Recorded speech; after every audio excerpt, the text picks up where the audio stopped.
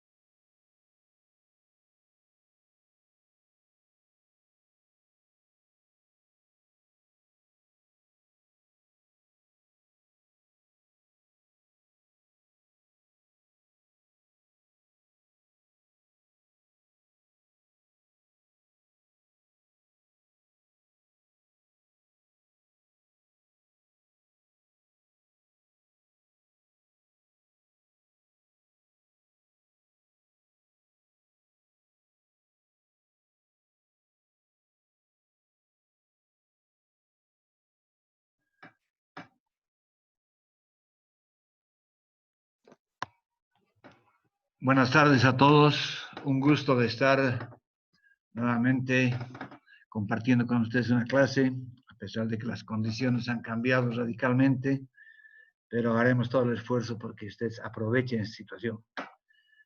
En el curso de esta mañana, en el grupo 2, se presentó un problema debido a que la universidad no ha contratado el Zoom en la versión suite.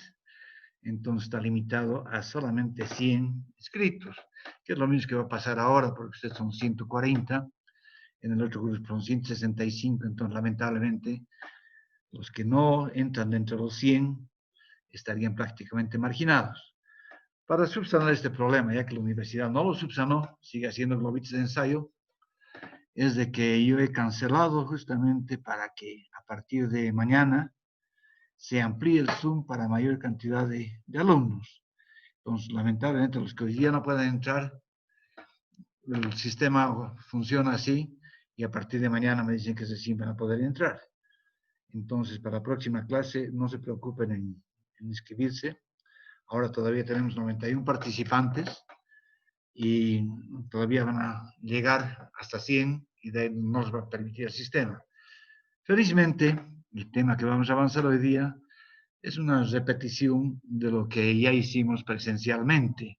Entonces, al ser como ustedes para un repaso que nos sirve, porque esta es la primera clase presencial, virtual que estamos realizando, y realmente la introducción que vamos a tener es lo mismo que les expliqué en clases.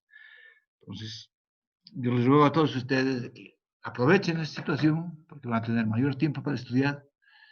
Lamentablemente cambian las condiciones, ya que aquí el aprendizaje es más dedicación del alumno que del docente. Sin embargo, yo estoy trabajando con Zoom justamente para todo lo que ustedes tienen en sus pantallas.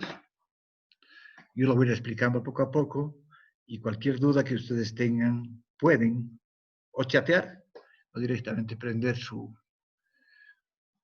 micrófono para poder hacer las preguntas correspondientes. Si alguien tiene alguna pregunta en este momento, por favor, adelante.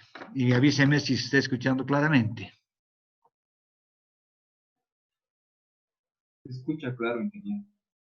Gracias. Se escucha. Buenas tardes. Sí, se escucha claro. Perfecto, gracias. Entonces ya saben, les repito, van a ser hoy día 99, 100 alumnos que van a poder inscribirse, todos los que ustedes están adentro, y a partir de la próxima clase ya es ilimitado, o sea, es para todo el curso. Lamentablemente eso escapa a mi responsabilidad porque fue la universidad la que debería haber tomado en cuenta que el Zoom es limitado. De cualquier forma, yo quise trabajar con Meet también, pero el Meet tiene una limitante de que no puedo utilizar pizarra para diagramar. En algunos casos, algunos alumnos me dicen si puedo dibujarlo para que entienda mejor. Entonces yo prefiero manejar este Paint para poder explicar mejor en función del requerimiento de los alumnos. Con el Meet podría hacerlo, pero sin el Paint, entonces nos quedaríamos limitados. Prefiero trabajar con el Zoom, que es una herramienta mucho más amigable. Bien, estamos con 93 participantes. Yo creo que podemos empezar la clase. Quiero comunicarles de que cada tema es una clase.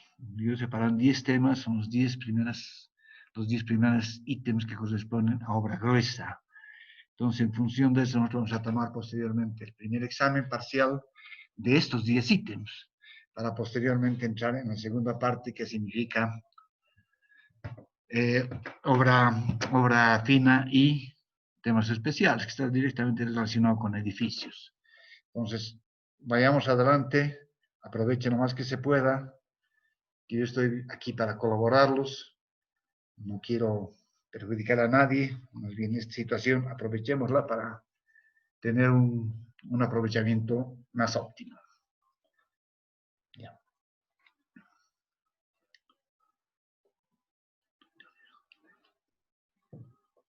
¿Cómo se entra? No sé. Bien, aquí ustedes ya tienen en su pantalla lo que significa la introducción y qué es lo que significa, qué es lo que vamos a ir viendo en este primer capítulo que significa introducción. Para todos ustedes les estoy dando la bibliografía que se requiere. Sin embargo, el documento oficial, ustedes si lo tienen, lo van a poder aprovechar, es la tesis para la inscripción que es un documento que tenía un fotocopiador, la fotocopiadora de civil. Los que lo han comprado pueden basarse con eso. Y si no, estos documentos que ya lo tienen en su pantalla, donde están los 10 temas, también les va a servir como una guía. Y sobre cada uno de los temas yo voy a ir abundando. Entonces, esta tesis por adscripción, que está aquí, es la base del desarrollo de toda la materia. El segundo tema dice análisis de precios unitarios de la Cámara Boliviana de la Construcción. Estos son puros análisis de precios unitarios. Sin embargo, es bueno hacerles notar de que todos los rendimientos nunca son absolutos, son relativos. Si, por ejemplo, yo tengo para un metro cúbico de hormigón armado en vigas un rendimiento de 14 horas, no quiere decir que para todos van a ser 14 horas. Eso va a salir el rendimiento cuando ustedes estén ejecutando la obra y puedan controlar cuál es el avance real de la materia. De ahí es que cuando hay una licitación, la variación de precios de una empresa a otra empresa se presenta justamente por la variación de que no son valores absolutos, ningún rendimiento. Todos los rendimientos son aleatorios. Sin embargo, los rendimientos que yo les voy a dar para el avance de la materia, si quieren tomarlo, es un promedio. En lo que ustedes pueden directamente basarse para hacer precios unitarios. Ya les digo, si yo tengo 15 horas y alguien me dice que necesita 16 horas, obviamente que no puedo yo discutir porque es un rendimiento. Pero obviamente eso va dentro de los parámetros aceptables y reales. No podemos decir, por ejemplo, que el metro cúbico de la mano de obra de una columna vale 100 bolivianos. Eso es una aberración. Y tampoco podemos decir que cuesta 1000 bolivianos. O sea, hay ciertos valores que son secretos a voces. Entonces, dentro de la jerga de la construcción y de las diferentes empresas hay un convenio implícito entre las diferentes empresas de que la mano de obra debe estar alrededor de los 500 bolivianos. Y en función de eso salen los rendimientos que se requieren para cada uno de los ítems. Eso vamos a ir viendo más adelante. Entonces, este análisis de precios unitarios, que es el punto 2, análisis de precios unitarios de Caboco, son precios referenciales, que los pueden tomar como referencia, pero ustedes ya van a tener directamente sus propios rendimientos cuando estén trabajando en obras. El tercer punto, que significa arquitectura y construcción, es una enciclopedia de Friedrich Merritt. Es el único libro que yo he encontrado donde existe un poco de la metodología constructiva de los diferentes ítems. Lamentablemente, en cuanto a metodología, que significa cómo se debe realizar una determinada actividad, no hay libros sobre esto. Entonces, lo que yo les hago en metodología, que es el tercer componente, es transmitirles mi experiencia a ustedes para que puedan desenvolverse satisfactoriamente en cualquiera de los campos de la ingeniería, ya sea en la consultoría o en la construcción. El cuarto punto, que significa presupuesto y construcción, es una revista que la ven en cualquiera de los kioscos de la plaza, y es una revista donde sobre todo hay hincapié de actualización de precios unitarios. Aquí también se pueden basar en esto. Es una revista bastante interesante. Los que puedan comprarla, háganlo. Y por último, tenemos estos temas de Internet, que como ven ha sido en la tesis por adscripción que se hizo sobre esta materia. Han utilizado todas estas direcciones, estos links. Y si alguno quiere entrar a verificar, puede hacerlo tranquilamente. Por eso se los pongo, a pesar de que yo no utilizo. Sin embargo, yo quiero hacer un hincapié. Yo no soy de las personas que especulan sobre preguntas. Eso los he dicho siempre y lo voy a seguir diciendo. Los exámenes que yo tomo es sobre la materia que yo enseño. Si les doy mayor bibliografía es para que ustedes puedan abrir sus horizontes y consultar mayores cantidades de libros. Pero en los exámenes tengan por seguro que yo voy a tomar sobre lo que yo les explico en clases. ¿Alguna pregunta? Aquí me dicen que se escucha entrecortado, no sé por qué.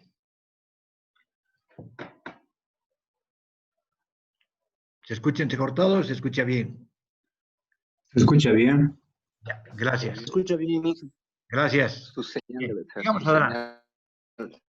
Vamos a ver. Gracias. Vamos a ver cuál es el sistema de evaluación continua, que es lo que tenemos que hacer porque todos tienen que tener una calificación. Entonces, la materia se divide en dos partes principales. Uno, sobre lo que significa la composición de todos los ítems de obra gruesa. Y, además, la segunda parte va a ser obra fina y temas especiales. Cuando estoy hablando de temas especiales, estoy hablando de temas exclusivos de edificios. Esto que dice temas especiales es exclusivo para edificios. Por ejemplo, yo en una casa de 2 pisos no voy a colocar un ascensor, no voy a colocar shafts. Entonces, estos temas especiales están referidos solamente a los edificios. En cambio, todos los otros ítems de obra gruesa y obra fina se representan tanto en una vivienda de 1 piso como en un edificio de 100 pisos. En cambio, los temas especiales es solamente para edificios. Está de más decirles que la ponderación de que estamos haciendo cada uno vale 100%, pero la ponderación se suma el primer parcial y el segundo parcial se divide entre 2, y los que tengan 51% han aprobado la materia. Los que no han aprobado directamente pueden ir al examen final, cuyo requisito es haber aprobado el descenso de cargas. Ese es un tema básico en la construcción de edificios. No existe ningún paquete estructural que nos haga un descenso de cargas sobre muros de hormigón ciclópeo, sobre cimientos de hormigón ciclópeo. ¿Cuándo se presenta esto? Cuando nosotros tenemos una casa de 1 piso, 2 pisos, hasta 3 pisos, y por efectos económicos, nosotros queremos reducir el costo y eliminamos columnas y zapatas. Entonces, todo el descenso de cargas se hace a través de los muros, y los muros transmiten las cargas al sobrecimiento y el sobrecimiento al cimiento, y el cimiento es el que tiene que aguantar toda la carga, y está dimensionado en la sección de corte para evitar los asentamientos diferenciales. Bien, y la última posibilidad que ustedes tienen es el examen de segunda instancia, cuya nota mínima ustedes ya la coloquen, que es el 26%. ¿Alguna pregunta hasta aquí?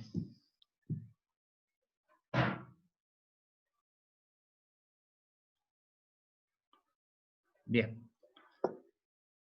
Primeramente vamos a ver esta parte de aquí. ¿Cuáles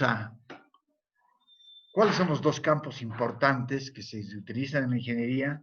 Y para poder aprender la materia dentro de cualquiera de los campos, ya sea el campo de la construcción, del campo de la consultoría, necesitamos conocer estos 4 parámetros que dicen aquí. El primero, la primera pregunta que uno se hace es, ¿qué es?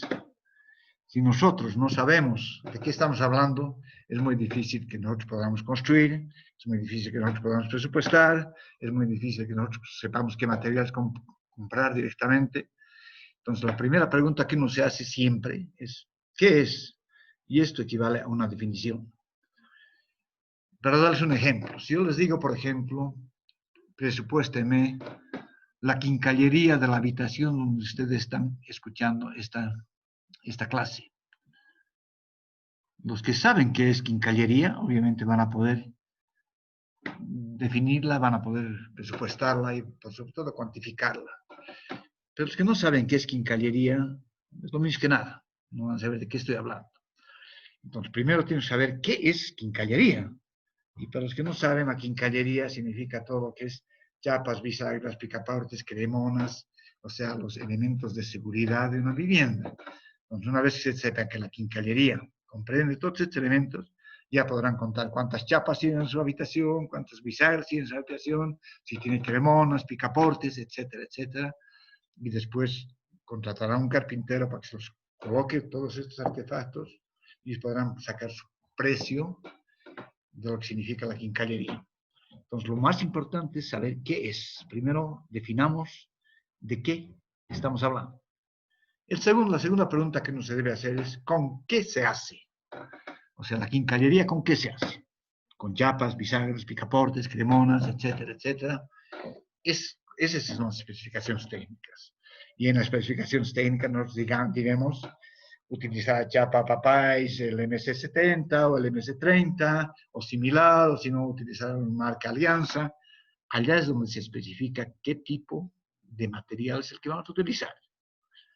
El tercer componente, que es lo que les hablaba anteriormente, es cómo se hace. Y eso responde a la metodología constructiva. ¿Cómo se hace esto? Entonces, obviamente, que primero tiene que, en el caso de la quincallería, tiene que estar empotrado el marco, fabricada la puerta por el carpintero, y después colgarla a la puerta. Y para colgar la puerta necesitamos bisagras y necesitamos chapa. Entonces, ¿cómo se hace esto? Esa es la secuencia lógica de construcción que nosotros vamos a utilizar. Y por último, tenemos que saber cuánto cuesta.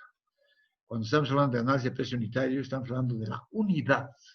¿Cuánto cuesta uno? Después ya multiplicaremos por la cantidad de situaciones que se presentan. Pero lo que necesitamos en este momento es una. ¿Cuánto cuesta una? ¿Hasta aquí alguna pregunta?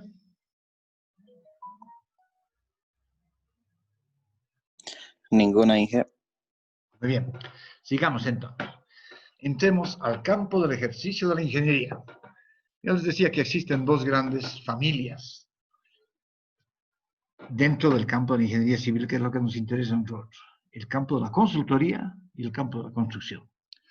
En el campo de la consultoría es la encargada de elaborar el proyecto a diseño final. El proyecto a diseño final de una determinada obra. Si vamos a ir de un edificio, obviamente lo primero que se tiene que hacer es el proyecto arquitectónico.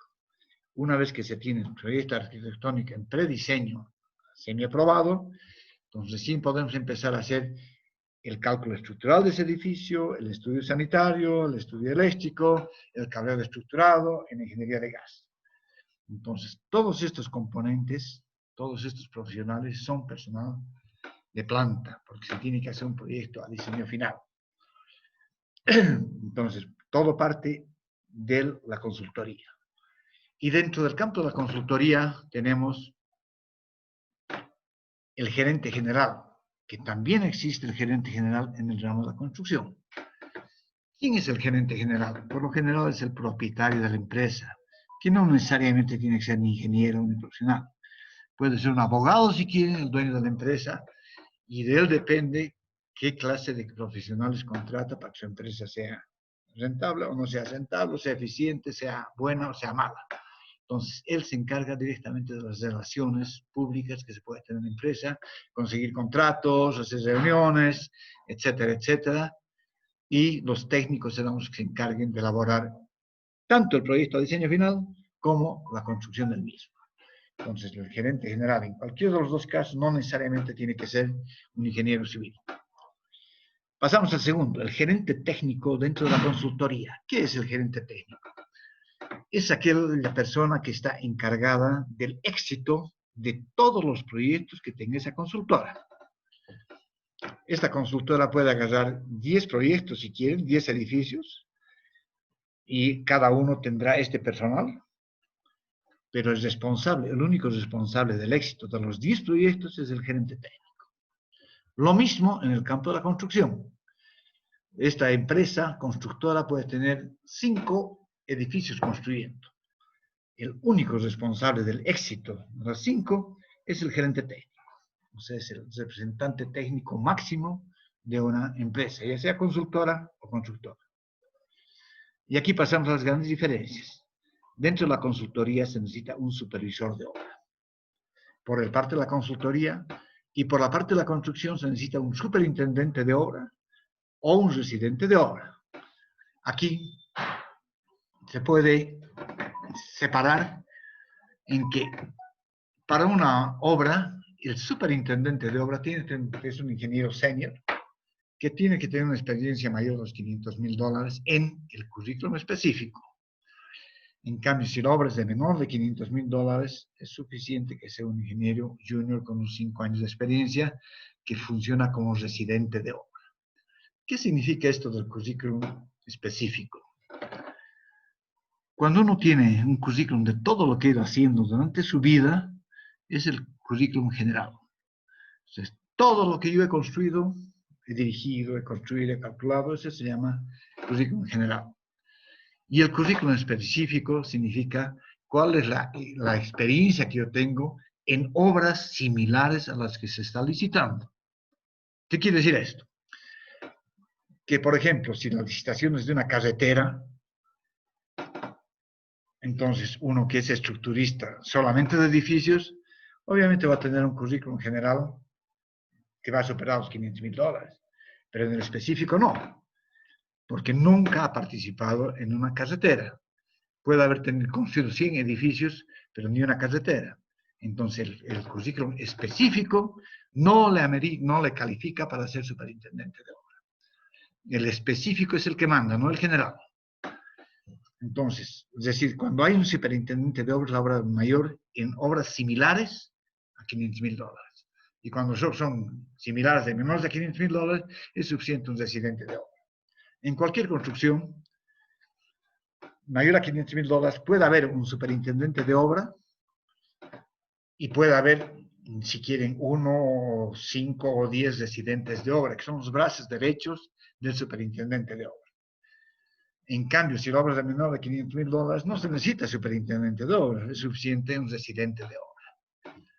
La interrelación que existe entre la parte de la consultoría y la construcción está entre el supervisor de obra y cualquiera de estos dos ingenieros. Cualquiera de ellos, sea superintendente o sea residente de obra.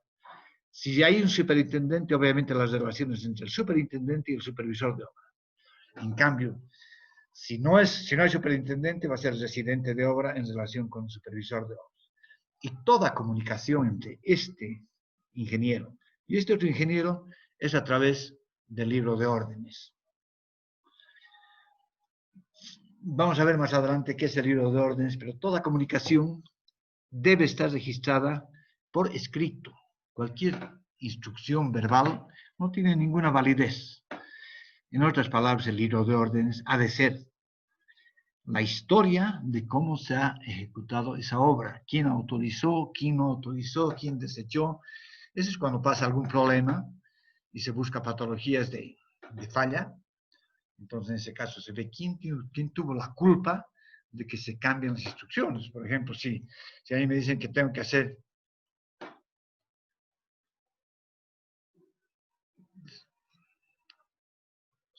perdón un cachito. Si yo tengo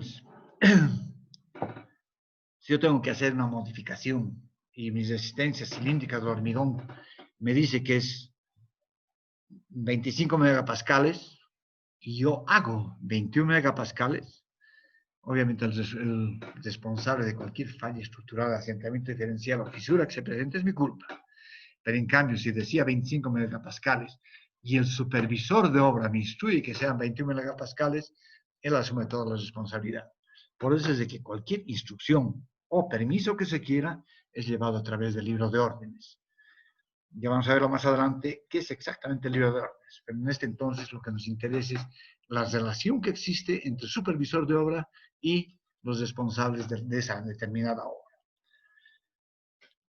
Otro ejemplo que podemos ver aquí para que lo vea más claro es cuando yo quiero vaciar una losa. Estoy en la losa del 5º piso, por ejemplo. En el libro de órdenes yo solicito a la supervisión la autorización para vaciar esta losa. ¿Qué quiere decir indirectamente esto? Que le estoy pidiendo que me revise todos los fierros, niveles, absolutamente todo. Y cuando el supervisor de obra me dice, se autoriza el vaciado de la obra, de la losa, entonces es una responsabilidad compartida, porque quiere decir que él ha revisado y yo también soy responsable por haber ejecutado. En cambio, si el supervisor de obra me pone una nota y me dice, no se permitirá el vacío de la losa hasta que no se modifique en tal parte, separación de fierros, diámetro de fierros, qué sé yo. Por eso es que es tan importante la interrelación que existe entre este actor de la constructora y estos actores de la construcción. ¿Alguna pregunta? Bien. Aparte de esto, nosotros tenemos los especialistas. Dentro del campo de la consultoría, los especialistas, tenemos un ingeniero estructural. Obviamente nos vamos a basar en un proyecto arquitectónico. Con ese proyecto arquitectónico pre-aprobado, decir, procedemos al cálculo estructural, al cálculo sanitario, eléctrico, al cálculo estructural de gas. Entonces, estos personales, estos profesionales, generalmente son de planta, porque van a estar permanentemente trabajando en los diferentes proyectos. Generalmente son de planta. Entonces, porque van a estar todo el tiempo elaborando el proyecto de diseño final. ¿Qué quiere decir esto? Por ejemplo, el caso del ingeniero estructural. Este ingeniero va a hacer el cálculo estructural, va a hacer las especificaciones técnicas de la estructura, va a sacar los cómputos métricos y el presupuesto de esa estructura. Lo mismo va a hacer con el ingeniero sanitario, el ingeniero eléctrico, y después sumado todas las especificaciones, aglomeradas en uno solo, y sumados todos los presupuestos, vamos a tener el presupuesto total referencial de la obra. En cambio, ¿qué pasa con los especialistas en el campo de la construcción? El arquitecto ya hizo su proyecto, el ingeniero sanitario se lo va a requerir cuando haya una modificación al proyecto. ¿Qué pasa con el ingeniero estructural? Generalmente el residente de obra es un ingeniero que tiene que tener suficiente experiencia, por eso que hay superintendentes y residentes de obra, pero el llevar adelante de obra no necesitamos un especialista en esas estructuras. Y generalmente estos de aquí son especialistas en esos sus campos. Entonces, si existiera una modificación en la estructura, por ejemplo, que el arquitecto decide ampliar un ambiente y eliminar una columna, en ese caso se contrata a un ingeniero estructural para que haga el recálculo por haberse modificado una estructura. En el problema arquitectónico no es mucho, porque el arquitecto le cambia la ventana, agranda la ventana, la reduce y no pasa ningún problema. Pero para nosotros mover una columna significa otro cálculo estructural, ya que tenemos que garantizar la estabilidad de la estructura, y esto se la logra haciendo que la sumatoria de momentos en todos y cada uno de los nudos sea igual a 0. Entonces, el momento que hay una modificación, recién se va a contratar un ingeniero estructural para que preste servicios. Este no es personal de planta. Este solamente presta servicio cuando se lo requiere. El sanitario, el eléctrico, todos estos solamente se los contrata cuando necesitamos cualquier modificación. Y aparte de esto tenemos los dibujantes, topólogos, que es el grupo de apoyo que se requiere para todo el desenvolvimiento de la obra. ¿Alguna pregunta?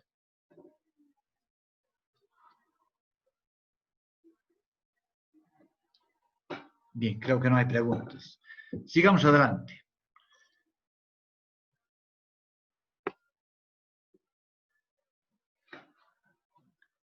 Cuando yo me titulé, hace muchísimos años, me quedé con una incógnita, con una pregunta, y me decía, ¿por qué las grandes obras que se hacen en Bolivia generalmente se las dan a empresas extranjeras? ¿Acaso no hay capacidad en Bolivia, técnica, económica, para hacer una obra de semejante magnitud? Más todavía si tomamos en cuenta que las licitaciones, por ejemplo, una carretera de $100 millones, ¿quiénes son los que ejecutan esa obra?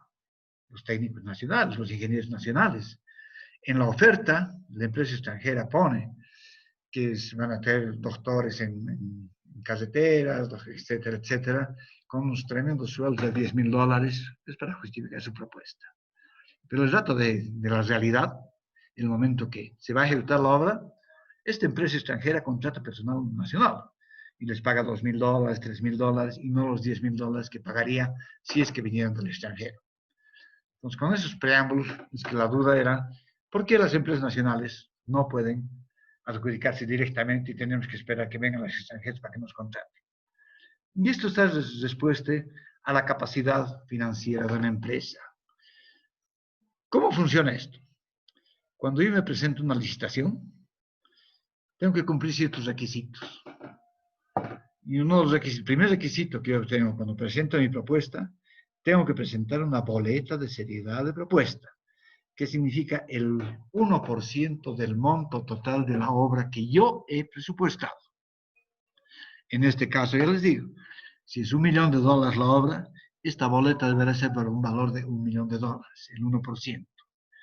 ¿Por qué se llama seriedad de propuesta? Veamos un ejemplo. La obra cuesta 100 millones de dólares, o 90 millones de dólares que han presentado las otras empresas. Y yo presenté con un valor de 60 millones de dólares. Lamentablemente, todas estas obras grandes están financiadas por las grandes agencias internacionales. Estamos hablando del Banco Mundial, el Fondo Monetario Internacional, la CAF, etcétera, etcétera. Y lamentablemente la recomendación que hacen todas estas grandes agencias es adjudíquese al costo más bajo. Yo no estoy de acuerdo, pero la ley del financiador viene en esas condiciones. Y más ahora en el caso de los chinos, en que nos dan el financiamiento y nos imponen que sea una empresa china la que construya. Pero si no es esa la condición, exigen que la empresa nacional se adjudique o cualquiera de ellas sea el precio más bajo. Entonces, ¿qué ocurre? Si todas las empresas están en un promedio, se ha abierto la propuesta y todas las empresas están alrededor de 90 millones y yo me he adjudicado con 60 millones. A cualquiera le llama la atención y dice, 30 millones, ¿dónde está la diferencia? Y empiezo a revisar mi propuesta y me fijo que el que se ha equivocado soy yo. Una mala asignación de rendimientos, bueno, cualquier error que yo haya cometido ha hecho que se baje directamente mi presupuesto total. ¿Qué ocurre con esto? El momento que me llaman a mí a firmar, a mí no me conviene firmar, porque si yo firmo estoy perdiendo 30 millones de dólares, que debería ser el promedio de las otras empresas. Entonces prefiero no presentarme a firmar el contrato. Entonces se llama seriedad de propuesta. Entonces si yo no me presento a firmar el contrato, se llamará a la segunda empresa, pero el ente licitante directamente ejecute esta boleta en su favor, porque yo los he perjudicado, no he tenido seriedad en mi propuesta. Ese es el 1% que significa la propuesta.